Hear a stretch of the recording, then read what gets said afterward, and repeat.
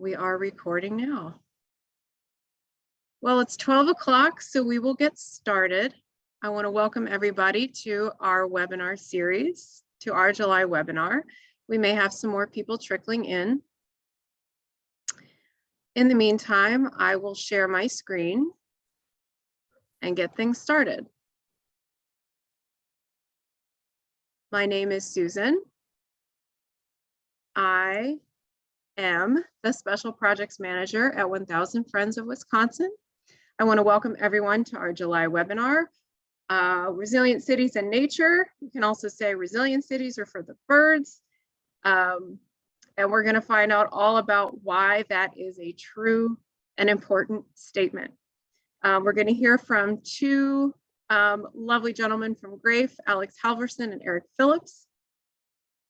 So before I introduce them, I just wanted to welcome everyone. A couple of housekeeping reminders. If you have questions or comments, you can enter them in the chat at any time. We will be monitoring those. If you're not presenting or speaking, please have your camera off and your microphone muted so that there is not a distraction for the audience. Our webinar series continues throughout 2022. Our next one is September 7. It is Make Way for Pedestrians. We're going to hear from the Wisconsin Council of the Blind and Visually Impaired and also the Wisconsin chapter of the Sierra Club, all about taking steps to advocate for pedestrian safety and safe streets in your communities. It's going to be really informative and inspiring, so I would encourage all of you to sign up. There should be a link in the chat box for you to do that, to register on Zoom. If you want to hear about other upcoming webinars or any other work that we're doing, please sign up for our e-news. For those of you who may not be familiar with our organization, I will introduce us quickly. We are 1000 Friends of Wisconsin. We have been around for 25 years. We were founded in 1996 to pass smart growth legislation in the state. And ever since then, we have been assisting communities with good land use planning, with transportation planning, and working to advance health and equity and economic opportunity throughout the state, as well as environmental preservation. We run a program called Active Wisconsin that's been with us for a couple of years now, which is a coalition of communities and advocacy groups from all around the state who are dedicated to active transportation infrastructure. So our goal is to make it easy to walk, bike, and take transit to get around, no matter who you are, what your background or income or ability level is. So we do that by sharing resources, we advocate at the state level, and we build a coalition around those efforts. You can follow what we're doing on social media. You can see our handles at the bottom of the screen. We're on Twitter, Instagram, and Facebook. Probably the best way to keep up with what we're doing is to sign up for our e-news. My colleague, Greg May, our tech wizard, is sharing all of those links in the chat so that you know how to do that. We send up big updates about once a month and smaller updates as they come up. One piece of news about what some of the work we're doing. We are working with a grant from COWS at UW-Madison to help 3 cities implement some better infrastructure for safe routes for families to get to schools and parks. So I am working with Monona, Stevens Point, and Wisconsin Rapids. I'm doing some data collection and mapping. We're planning some walk audits. All of that will help inform some of the best places for infrastructure improvements and interventions to make it safer for families to get to schools and parks without a car. So that report will be published in December. Keep an eye out for that. And again, if you are getting our e-news, you will know all about it. All right, I'm going to jump right into introducing our special guests today. We have Alex Halverson and Eric Phillips, both from Grafe. Alex is a resilience planner. He previously worked in Denver, where he managed the city's Lights Out program, which focused on studying patterns of bird collisions and using that knowledge to make Denver more bird friendly. So his passion really lies in that intersection of financial, social, and environmental sustainability to improve both the built and natural environments that make it mutually beneficial for humans and birds. Eric, also with Grafe, is an expert in renewable energy and adaptation and mitigation strategies for climate change. He is helping municipalities work on climate action plans, and just has a whole lot of knowledge around sustainability, renewable energy, and is also pursuing his LEED Green Associate accreditation. So I'm going to stop screen sharing and turn this over to Eric and Alex. If they have further introductions to make, they could do so, but we will move on with their presentations. Yeah, thanks, Susan. So if everybody would mind giving me a second to transition to sharing my screen. There we are.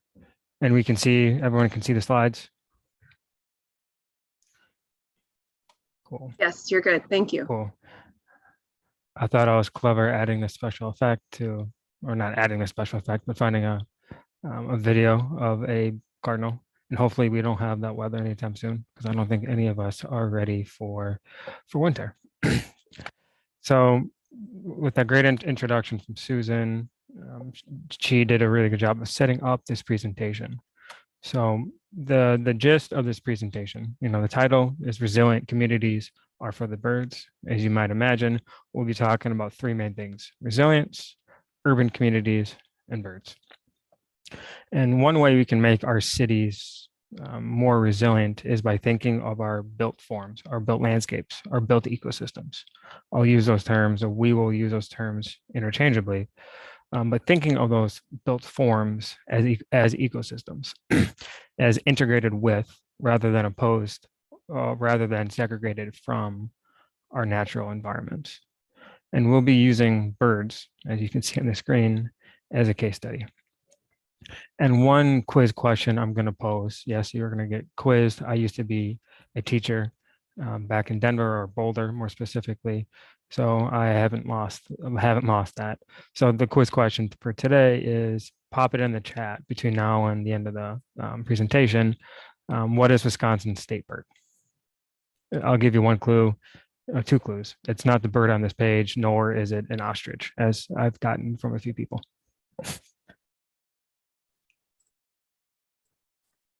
All right. So I will skip the background on Eric and myself, because Susan did a really good job of introducing us, but I will spend a little bit of time introducing our firm. Grafe, we are located here downtown Milwaukee, which is where I am. We also have locations throughout Wisconsin and Madison and Green Bay, as well as 2 in Chicago, 1 in Minneapolis, and then 3 throughout Florida and 1 in the Caribbean. We are a multidisciplinary firm. We specialize in engineering, planning and urban design, and architecture. So what that boils down to is we are all in professions that help create sustainable communities. And most of our work is centered around Wisconsin, but like I said, with our other offices, we do have branches that help us enhance the sustainability and resilience throughout the rest of the Midwest and Southeast. And before we advance, I'll let Eric introduce himself. And since Eric has been sitting there, I'll let him introduce himself before we go on. Thanks, Alex. So as Alex mentioned, we do have Chicago offices as well. So I'm located in the Loop office in Chicago. Like Alex, I'm a resilience planner. Again, the introduction basically speaks for itself, focusing mostly on climate change, resiliency, sustainability, and triple bottom line in the urban, built, and natural environment projects we work on. Excellent. Thank you, Eric. And for those of you who are thinking that you might get sick of hearing my voice or sick of listening to me, you're in luck, because Eric will be taking on a larger role as we go throughout this presentation. There are 7 main topics or agenda items for today's presentation, or today's lecture, or today's interaction, we can call it. We'll be starting by thinking about climate change at a holistic view, at the 30,000-foot view. We're not going to get into the science of it. We're just going to be thinking about the impacts of climate change here in Wisconsin. And then we'll be filtering through ways that we as planners, resilience planners, civic leaders, community leaders, can start to address climate change or continue to address climate change here in Wisconsin. And then we'll be getting into conservation of our built forms, of our built landscapes, and ending with thinking about or discussing ways that we can enhance conservation through bird conservation of those same forms.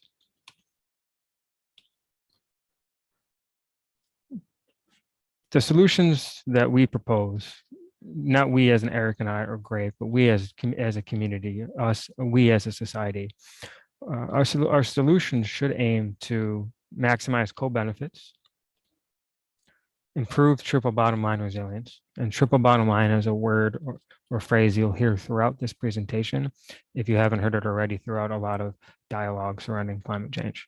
But triple bottom line is the profitability or prosperity, the people and the planet, or environmental equity and economic impacts. But we should really be thinking about solutions that maximizes co-benefits, improve triple bottom line resilience, and foster biodiversity. Now getting a little bit more specific into climate change here in Wisconsin. Climate change is nothing new to those of us in this audience, to really anyone in society. There's potentially going to be really big news on climate change at the federal level later today, but I will digress from talking about that. But when we think about climate change here in Wisconsin, there are a lot of impacts that we can think of, right? And a lot of them are interrelated. But the ones that you see here on the screen are perhaps the most common or chronic ones. For example, climate change will lead to more extreme heat days, which are classified as days above 90 degrees, at least in this part of the country. Greenhouse gases, which are the main ingredient, so to speak, of climate change, worsen air quality, among other pollutants. As well, weather systems break down and become more unpredictable. And as a result, we are at a higher risk of extreme weather events, especially floods. Our infrastructure is incapable of handling excess stormwater. And so each one of these impacts has negative human, environmental, and economic impacts on our society. The impacts that you saw on that screen on the previous slide are widespread. You know, they don't target anyone in particular. They're not coming after me in particular. They're not coming after you in particular. They're impacting all of us. However, due to differences in shared experiences within and across communities, marginalized people and communities are most impacted by the impacts of climate change. For example, those communities can experience hotter temperatures with less resources to combat those hotter temperatures, disproportionate costs of housing, medical, and transportation costs, increased risk and experience of illness, increased costs of recovery from floods, drought, and fires. And so climate or environmental justice shouldn't be seen as a separate bucket of climate change solutions. Right? It should be part of all solutions. A solution should not be implemented if it doesn't enhance climate justice or if it worsens climate injustice. So our solutions must not further exacerbate social inequities that are already present, but rather reduce and eliminate them. So that leads to the question of how are the communities we work in and work for addressing climate justice?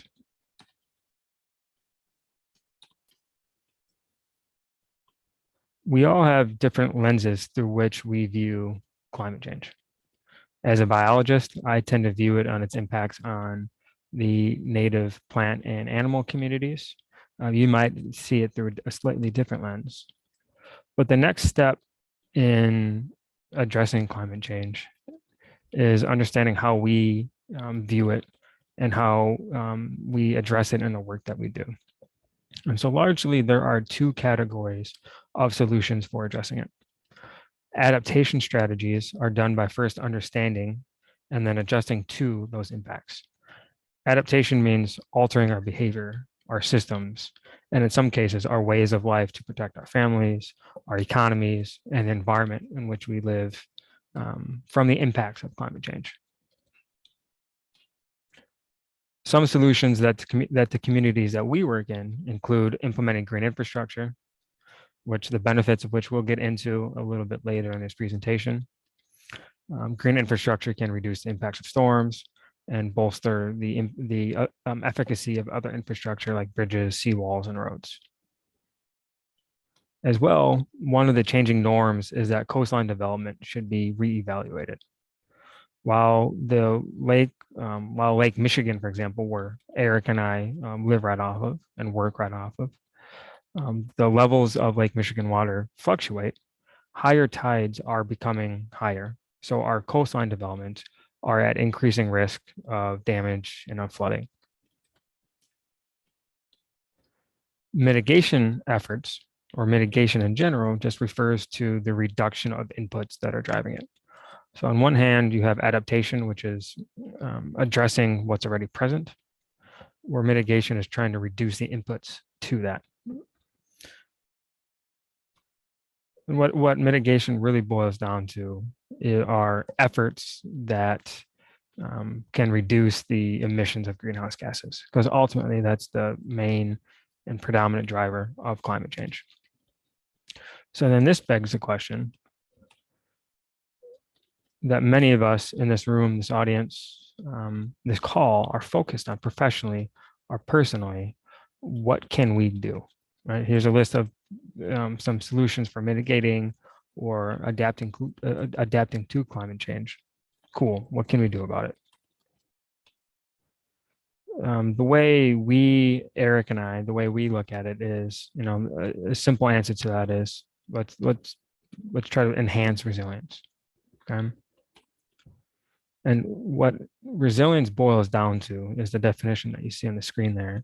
And it's the ability of elements within a system to withstand social, environmental, and economic shocks. And we must seek to make our urban forms, and therefore the communities within them and the people within those communities, more resilient to the impacts of climate change. I know that's easier said than done, but resilience tends to focus on the former, but it doesn't apply to just environmental conditions. Our society is expected to do both. Our society is expected to adapt and mitigate. The impacts of extreme weather, climate, and other hazardous events are felt particularly acutely in cities and towns. That's due to a myriad of reasons. One being there's just a higher density of people and things within those certain communities. So ensuring the resilience of the built environment takes collaboration amongst all interested stakeholders before, during, and after extreme events and extreme disasters or natural disasters. So building resilience by investing in physical adaptation efforts and or utilizing nature-based solutions, again, we'll get into those, can provide co-benefits for a range of challenges, including climate mitigation. And while this presentation will be focused largely on the environmental side of resilience, however, our solutions as in Graves, Eric and I's solutions, incorporate the other two aspects of the triple bottom line, the economic component and the social equity component. For we believe that to build resilience within our communities, we must focus on solutions that incorporate the triple bottom line. Otherwise, we continue to overlook the barriers that many within our communities face to achieve equity and climate justice.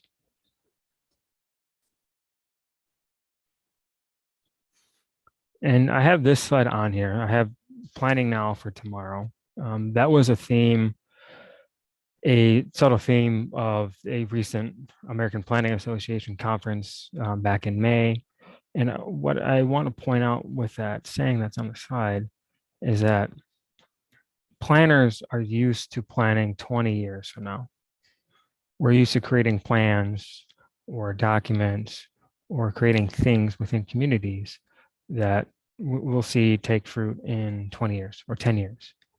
But with resilience, with combating climate change, we must look long-term. We still must have that 20-year view, but we also need to do something now. And so with resilience planning, with sustainability planning, environmental planning, you have to have one foot in the present, one foot in the future. So now we're going to get into the specifics of conservation and what we can do with conservation to build resilience within our cities. So we're building all this up, and eventually we'll be getting into the birds particularly. So here's a question I'm going to pose to all of you.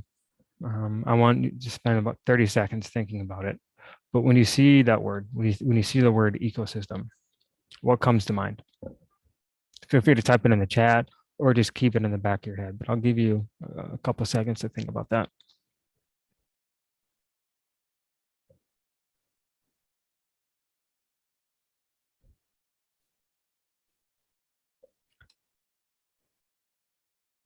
You know, it's not uncommon to think of places like these three, to think of a rainforest or forest, to think of a savanna ecosystem, or to think of a prairie ecosystem, right? When I hear the word ecosystem as a biologist, I automatically go to one of those places. But as a resilience planner, we think about ways to make our cities and the components within them more resilient. And one way to make them more resilient is by incorporating nature. How do we do that? We start by thinking of the urban form as an ecosystem and breaking down that divide between natural and built forms. So to discontinue the separation between nature as a place that's out there, nature as a place that I have to drive to or bike to get away from my life in the city. When we think of conserving our natural resources, you know, we tend to think of the resources within those places, like trees, the soils, the animals, things like that. But conservation of natural resources, like the plants, animals, and materials, is extremely important. But it's important to realize that it can occur in both environments: the natural places like you see on the screen, and the urban environment, the places that you likely live in.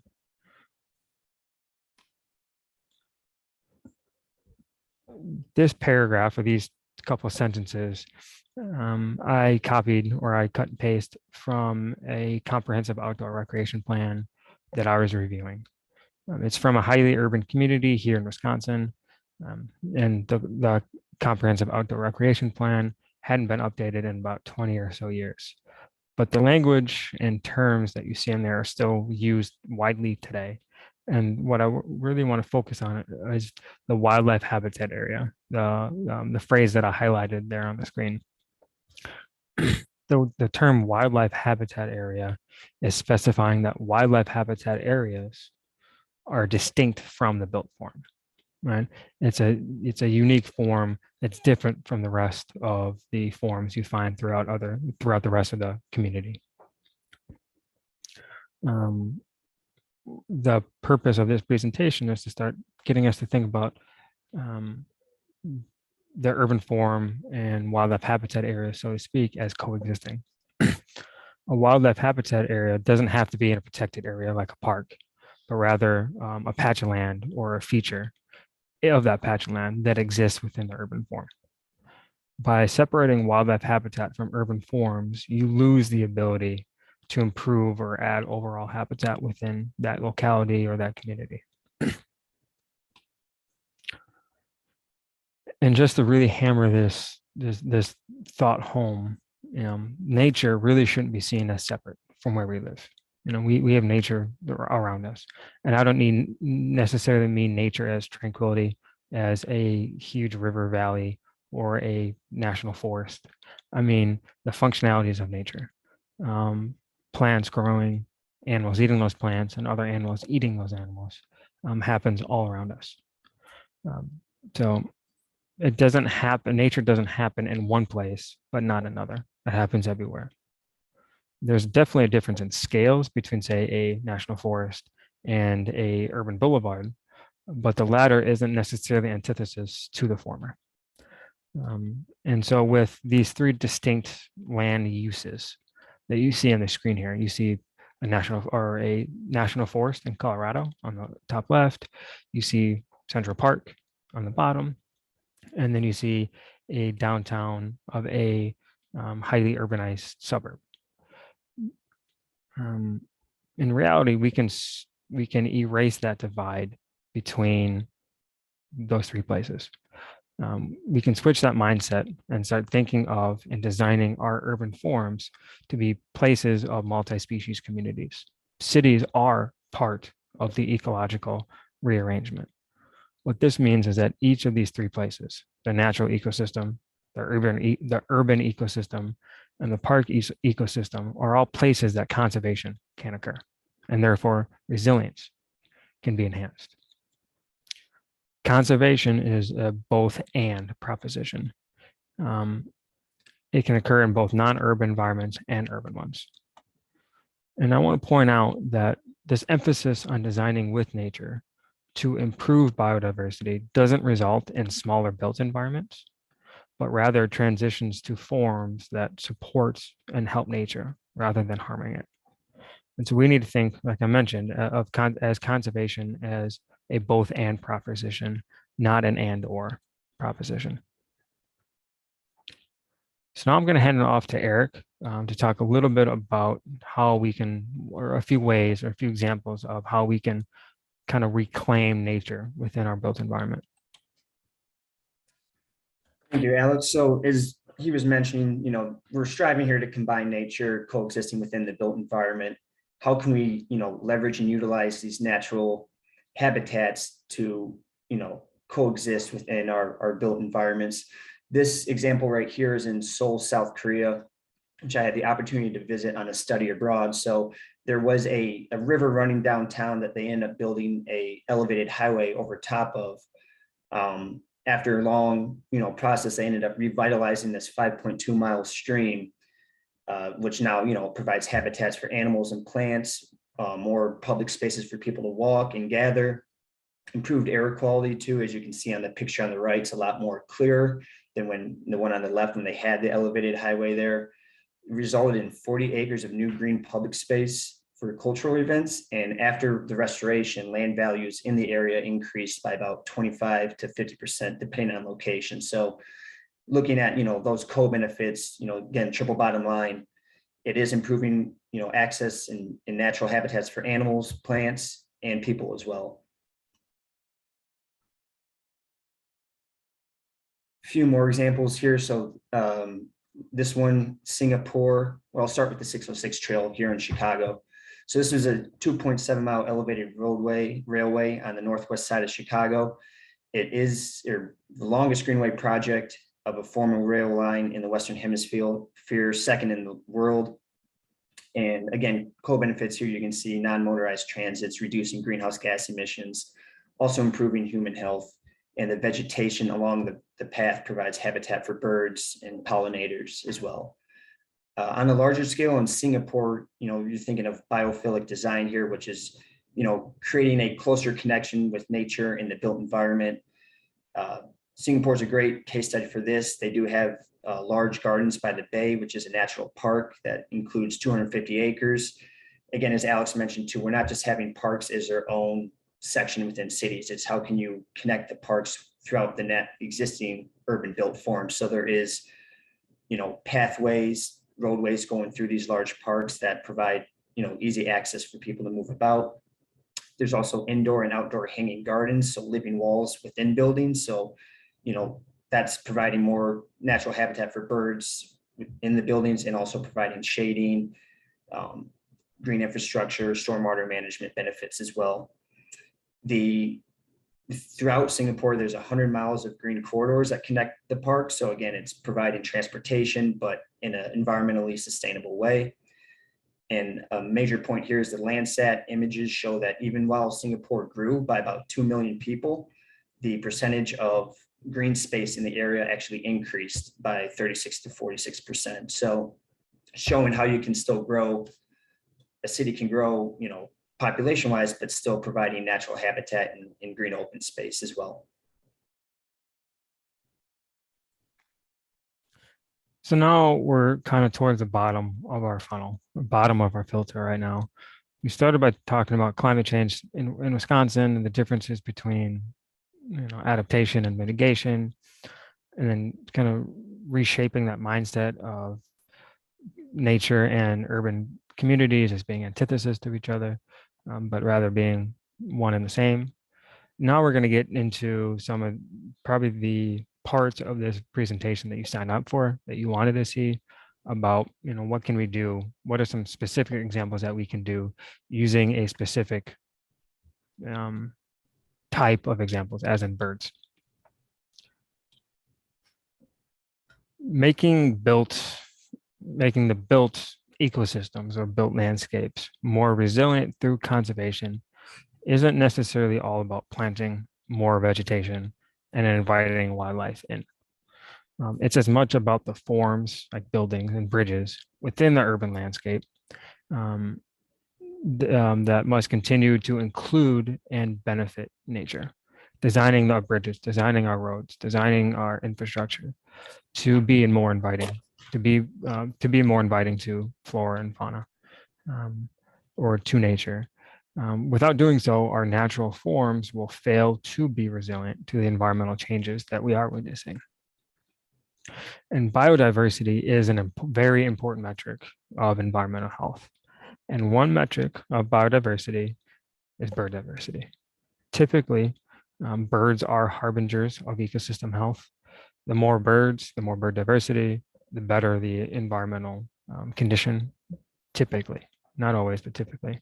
So while a downtown or your subdivision may not be the desired choice of land use by bird standards, these development types do play a vital role in bird conservation. And that is because cities are located in important flyways for migration. Here in a couple months, birds will be starting the journey back down south. They'll be flying over cities like Chicago, Denver, Milwaukee, Minneapolis, Madison. And as such, our cities are very important layover sites during those thousands of miles long migrations. Bird feeders can help supplement foraging, especially during the winter months. As some of us on this call probably already know, cities do have higher densities of preferred food at times, such as mulberries. In my parents' backyard, they have a thriving mulberry that birds love, and they leave evidence of their love of mulberries all over the place.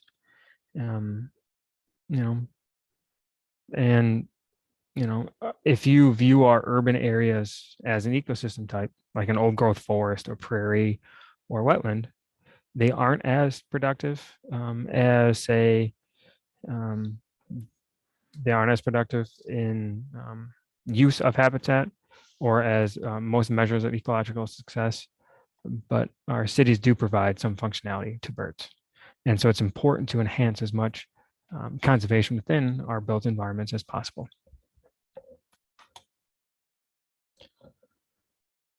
This is a graph that, or this is a graphic that was put together by one of the more renowned researchers on urban bird or human bird interactions. And in this study, the authors broke down sources of anthropogenic bird mortality, which is just scientific speak for saying, what are the sources of man-made structures that kill birds? And take a look at this table, and this is average deaths per year. This isn't over the course of history. This is just in any given year. So let's take a look at this graph and see if there's anything that stands out to you in particular. Again, feel free to put that in the chat or just think about it as we move on with this, as we progress through the slides.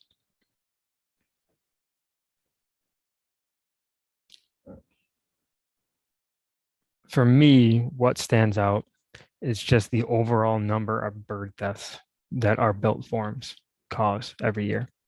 If you add all of these, up, it's somewhere around 1 billion or so, or a couple billion birds every single year die just in North America from things like buildings or oil pits or wind turbines. And I want to exclude one of these specific categories, which are cats, because when we think of some of the solutions that planners can have, cats typically, or that planners can come up with, cats typically are excluded from that. Trust me, I I ran that gauntlet back in Denver when we were running the conservation project. And birds, while they do kill, or while cats do substantially impact bird populations in our cities, they are much trickier subject, so to speak, than building glass. So I will leave those off.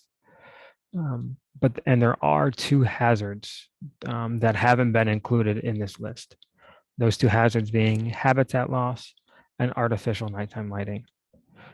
Both of these undoubtedly kill birds, both directly and indirectly. But my assumption is that bird mortality via habitat loss is extremely difficult to quantify, and that it's associated with some of these other hazards, such as building collisions due to urban sprawl. Another one that I want to get to, and then the nighttime lighting one, or the lighting in general, I'll get to that here in a couple of slides. But what this graphic is really meant to do is not to scare us, but to show the impact that our built landscapes really do have on birds, let alone other fauna within our cities. So we've broken it down into 4 categories of things that planners and civic leaders and community leaders can do to make our built ecosystems more bird friendly. And you're probably telling yourself, well, finally, Alex, 35 minutes later, you're getting to this. So if this is what you're coming for, I apologize for not getting to it for 35 minutes, but we think it's important to kind of build up towards this. So first, what we can do is bird friendly zoning ordinance. This comes in many different forms. Cities around the country have implemented bird-friendly zoning ordinances or legislation with various flavors. Some of those flavors might be that you require all new development in your locality to implement bird-friendly glass or bird-friendly buildings. Or you can implement ordinances, bird-friendly ordinances only in certain districts or zoning districts, or monitor individual buildings. Require building A to be bird-friendly because you know that it causes dozens or hundreds of bird deaths every single year. This can be codified into legislation, which many universities and municipalities have done, including our biggest in this country, New York City, passed a bird-friendly zoning ordinance or bird-friendly ordinance in 2020 that requires all new buildings to be bird-friendly, and in two various different ways. This can also be accomplished in form-based coding, where you can codify design standards that are bird-friendly. And this presentation isn't necessarily to go through all the options of making we're going through all of the processes that can make a building more bird friendly. It's more so just meant to be high level. So bird friendly zoning ordinances are one way that planners and civic leaders can make our built ecosystems more bird friendly. Another are implementing bird friendly design features on a building or on specific buildings. And there's 2 ways to do that. One, you can utilize non-glazed design, which is a fancy way of saying use less or no glass, which I'm no architect, but I know glass is a material du jour, so to speak, of architecture in the 21st century. If you look at the skyline here downtown Milwaukee, a lot of our new buildings are all glass. Northwestern Mutual being prime example of that. But birds, through the way that their eyes are set up, aren't able to detect glass. And therefore, glass is a very dangerous building material for them because they'll see it as an open hallway and try to fly into it. And as you saw from that table a few slides ago, it's an estimated about 600 million birds in North America alone die each year after colliding with our glass structures. Another thing that we can do to make our buildings more bird friendly through building materials are utilizing window treatments on pre-existing glass facades. There are many different ways we can do this. There's artistic decals that we can use that birds can detect, window films that don't impact visibility from inside the building. And one that's often touted but is usually more expensive is prefabricating glass with things like frits that from a distance don't impact the design of the building or the view of the building, but do allow birds to detect that glass surface and therefore prevent collisions. Also, I told you that I'd be talking about nighttime lighting. It sounds weird that birds are attracted to light because birds can detect light, but birds are celestial navigators. They use stars and polar. They're able to detect polarity, and so they often navigate at night. And with the light pollution that our cities have, they often get confused, and at worst, they can get caught up with circling those lights. The World Trade Center, the memorial that goes up every year on September 11th, where they shoot two giant rays of light upwards of the sky or upwards into the sky. Birds, thousands of birds every year will just continue to circle those two beams of light, and either until they collapse or those lights are turned off. So the solution that we often tout are implementing full cutoff type lights, which essentially is our lights that shoot only downwards. There's no fugitive light that escapes. That fugitive light, like I mentioned, can disorient birds, which prevents them from successfully orienting at night and flying at night. This is another item that can be considered for inclusion in things like form-based codes. The third method or the third solution that planners can implement to make our urban forms more bird-friendly is just as simple as increasing habitat availability. So I know that, Eric and I, at least, and many of us on this call aren't land managers. The decisions we make don't necessarily directly impact land types or land management. But we often work with landscape architects and government agencies that do make those land management decisions. One method is talking with clients to increase and maintain native vegetation that provides habitat for the birds and other species. So things like pollinator gardens, like you see on the top picture, directly impact bird conservation. They improve or they increase the amount of habitat available to those species. Short of that, there are some other elements that we can incorporate. We can incorporate artistic design features, like you see those urban birdhouses in Denmark that are part of a artistic display, but also have some functionality by providing, nesting substrate for birds. Same thing with what you see at the pollination station at the Houston Zoo. Bird-friendly habitats are one small way to connect the built world with its native or natural or indigenous environment. It allows us to develop, or it allows development to embrace nature's pathways and natural environment flight patterns. And so there's a lot of different creative solutions that have been implemented and that can be implemented that don't necessarily have to be codified or directly impact the design of a building or a block or a community. And then lastly, I want to talk about community programming, which is a broad category, but I've broken it down into arts and then events and education. So things like murals or sculptures or Instagram ready murals on the wall can not only increase a sense of place for a community, but also works well in tandem with things like community events and programming and education. And we really are starting to see communities start to embrace this aspect. World Migratory Bird Day, which is usually in May, sometimes or not, which is early in the year. During that day, for example, communities across the country celebrate birds through things like festivals and programming. Another thing that we've been starting to see more are things like Swift night outs or Sip and Swift. An example of that is, you see two examples of that down below in Illinois. But one thing that we're actively trying to work on is in Whitefish Bay. And if anyone is familiar with Whitefish Bay here in suburban Milwaukee, there's a beautiful old building that is well known throughout Southeast Wisconsin, the Fox Bay building.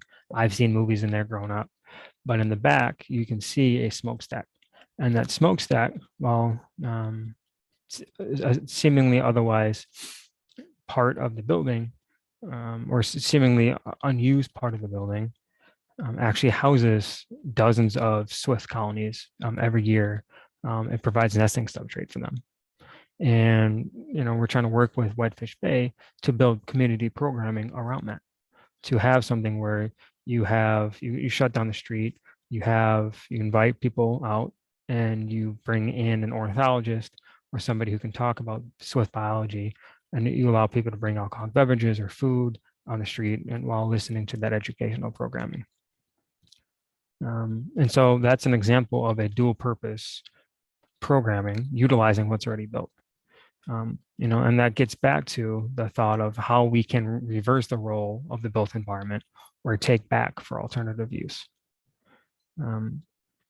And a program like Swift Night Out can be used for education or promoting retail corridor or promoting retail or restaurant use on a non-peak night and garnering publicity as well.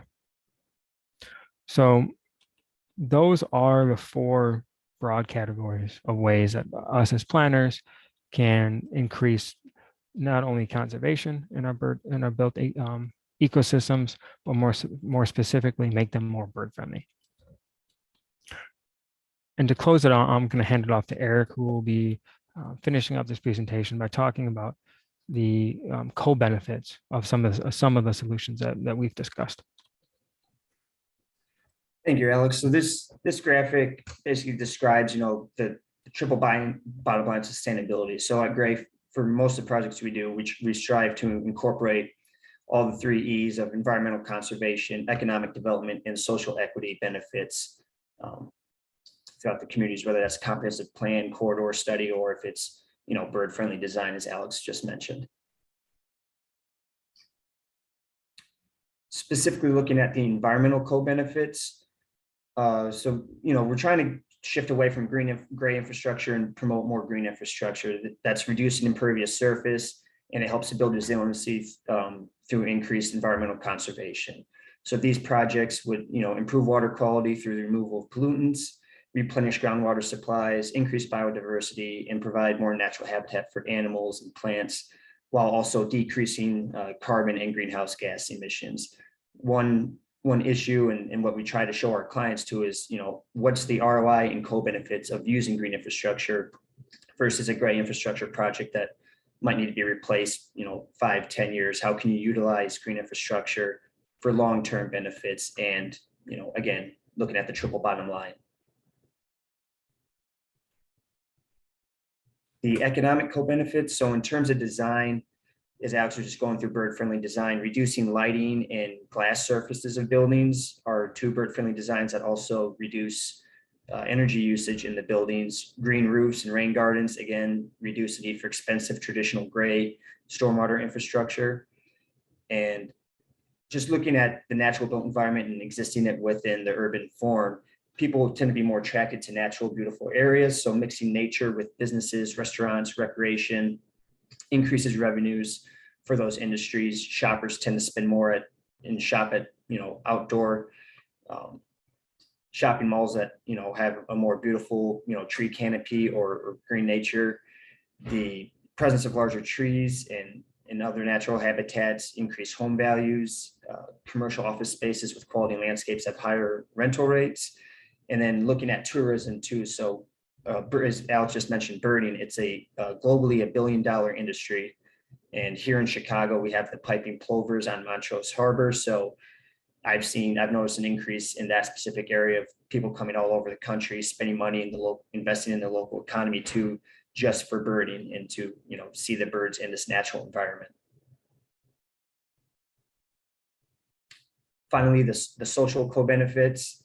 So you can see here people, laying out in parks. So providing more natural open space areas for people to gather to helps sharing of ideas and more innovation, improves air quality again to reduces the urban heat island effect. So, provides people areas to cool off in the summer, especially you see all the extreme heat in the US and Europe right now. Proximity to nature tends to reduce stress and improve emotional well-being as well. And again, just providing more space for people to gather and share ideas.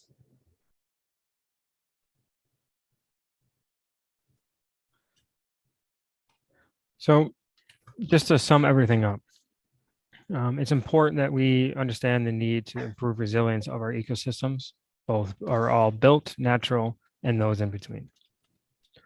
Our built environments are part of the ecological landscape, the ecological rearrangement, so to speak. They're not separate from or devoid of nature or ecology.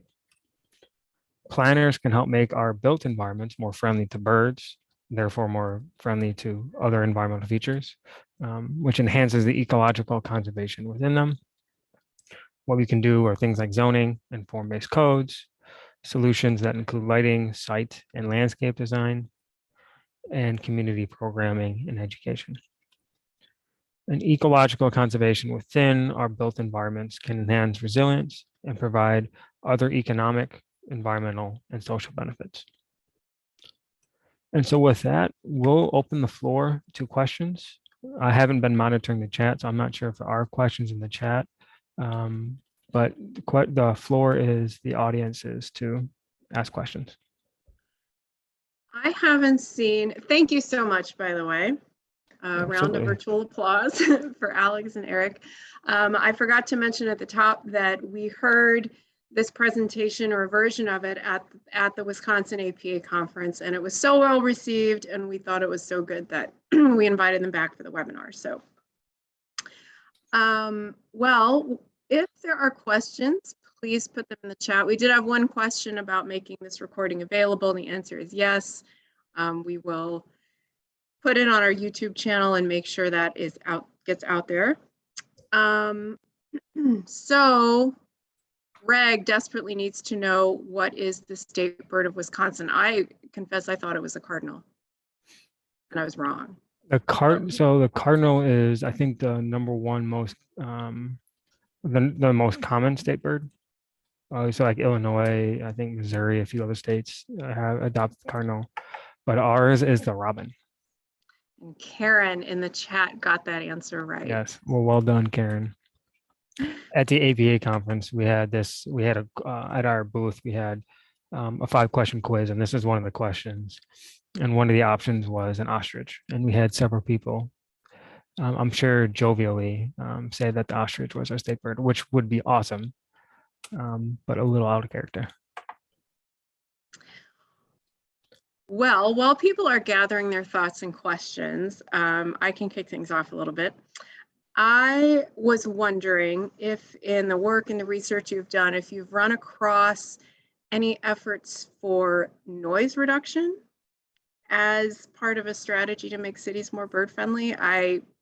Just this morning, I happened to hear an interview with someone who has written a lot about what he called sensory pollution. So both light and sound interfering with the natural environments for not only birds, but other animals. And he talked about how traffic noise interferes with their ability to communicate. And I just wondered if that was anything you've come across.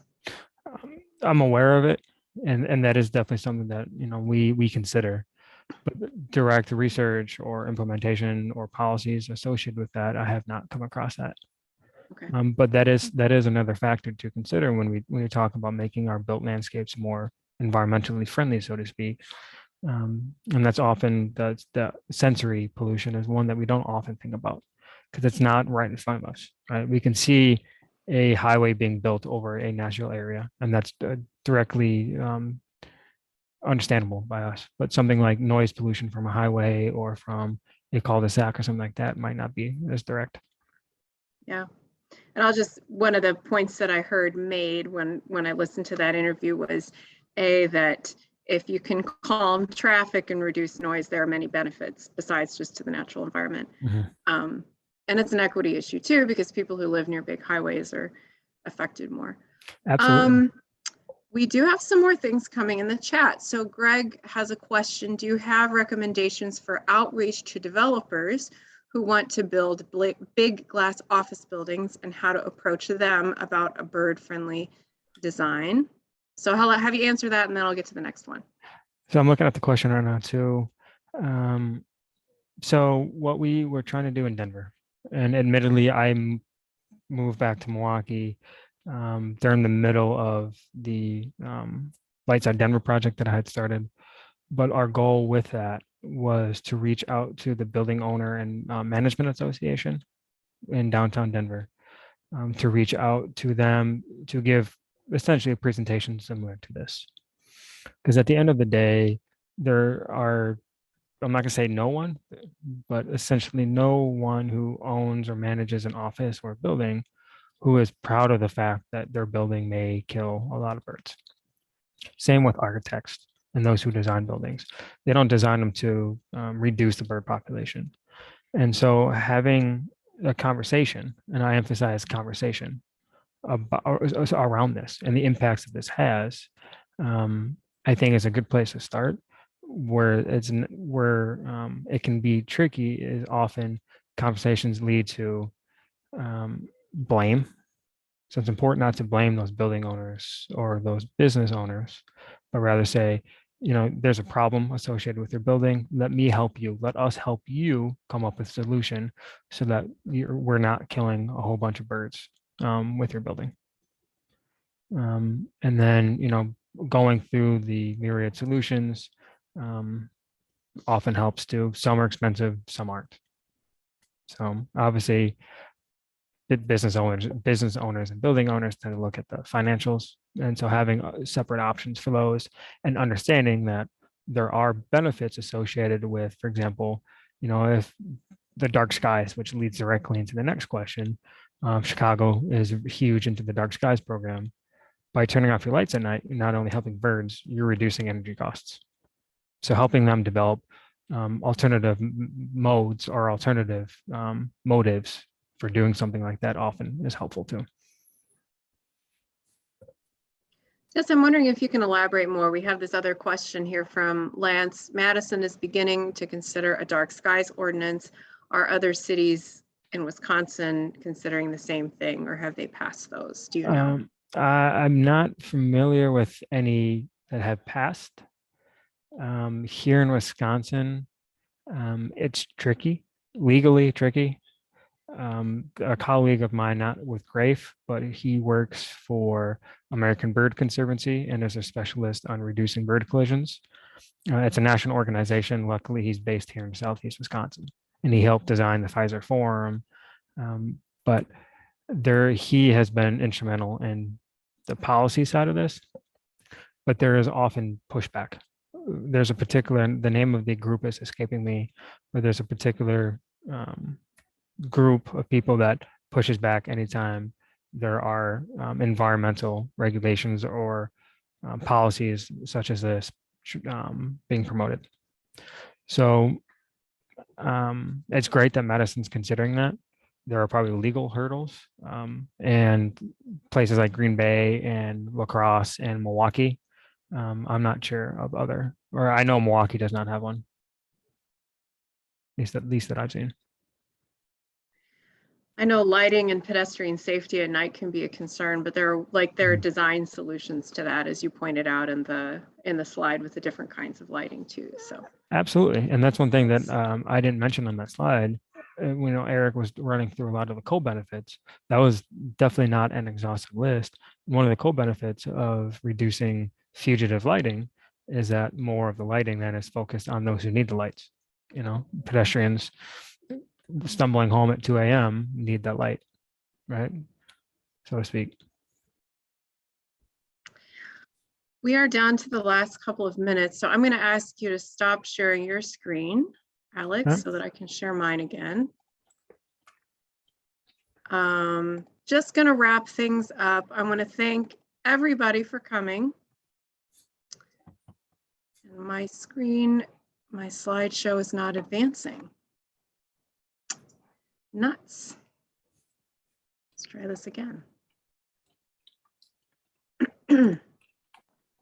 Thank you, Greg, for putting the next link or the link to the next webinar registration. Here we go. Make way for pedestrians. I encourage you all to come, share it with your networks. It's September 7th. That's the Wednesday of Labor Day week at noon. We're going to hear from Denise Jess of the Wisconsin Council of the Blind and Visually Impaired and Cassie Steiner of the Sierra Club Wisconsin chapter, talking about advocacy for safe streets for all. Once again, please sign up for our e-news for both 1000 Friends and Active Wisconsin. We have 2 different newsletters that go out, chock full of resources, good information, community highlights, and more. If you want to contact any of us on staff, you can see our email address is there for me, for Greg May, our Transportation Policy Director, and for Adeb Nemeth, our Executive Director. And of course, our social media handles are there at the bottom as well. Final thank you to Godfrey and Con for sponsoring our webinar series. And of course, to Alex and Eric from Grafe for our wonderful presentation today. I will make this recording available later today or tomorrow. Thank you all for coming and for a robust discussion. Have a great Wednesday. Thanks, everybody. Thank you.